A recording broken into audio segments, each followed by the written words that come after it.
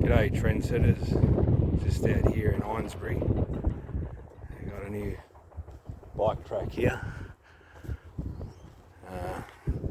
Just showing you the new city lighting they've got, courtesy of our tax money, our rates, Melbourne City Council.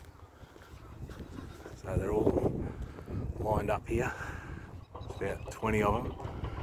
Sun pole they're called. So they got like a, say, LED in them. Yeah, so just out at Eynesbury, so I'll let you guys know. Write to your local members, say that you're not keen on the idea of these smart grid, smart city kind of stuff. And yeah, Aussie out. Have a good day.